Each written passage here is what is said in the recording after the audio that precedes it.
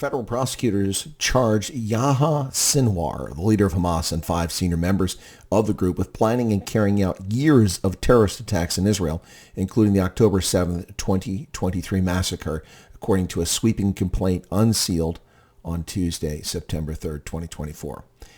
Interesting timing, no? After committing these crimes for years, the Department of Justice never had this indictment.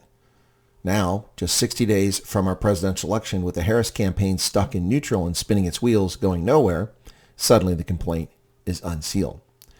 Now, the complaint was originally filed under seal in February to give the U.S. time to try to take into custody then Hamas leader Ismail Haniyeh and other defendants. But it was unsealed on Tuesday after Haniyeh's death in July and other developments in the region lessened the need for security. Well, he was killed in July, and here we are 2 months later. This is what the Justice Department says. It also listed the number of Americans believed to have been murdered by these terrorists at 43. 43 Americans died. But a lot of people die on Joe Biden's watch. I have to say that much about his presidency. Now, this is the first effort by the Biden Department of Injustice to formally call out the masterminds of the attack. The 7-count criminal complaint filed in federal court in New York City includes charges such as conspiracy to provide material support to a foreign terrorist organization, resulting in death, conspiracy to murder U.S. nationals, and conspiracy to finance terrorism. It also accuses Iran and Lebanon's Hezbollah of providing financial support, weapons, including rockets, and military supplies to Hamas for use in their attacks. The charges unsealed today are just one part of our effort to target every aspect of Hamas's operations. Discredited Attorney General Merrick Garland said that in a video statement. These actions will not be our last.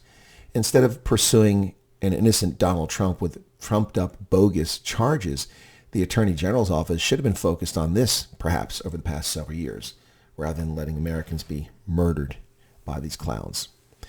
Now, these charges come as the Biden-Harris regime continues to make no headway in brokering a ceasefire with Hamas, and the Harris campaign loses steam despite billions of dollars in free, fawning, fake publicity from the corrupt legacy media. So, what does this mean? In practical terms, nothing. Waste of resources. These terrorists will not be extradited, they'll not be captured because Israel is going to exterminate them. And even if they capture them, they are going to deal with it. They will not turn them over to the United States. So this is simply press bullshit to prop up a flailing and floundering Kamala Harris presidential campaign, the least popular candidate for president in the history of the United States, and the first president in decades to have no one vote for them before the general election. Well, there you have it. Our corrupt political system at play, and misuse of our government resources to win elections. Shame on them.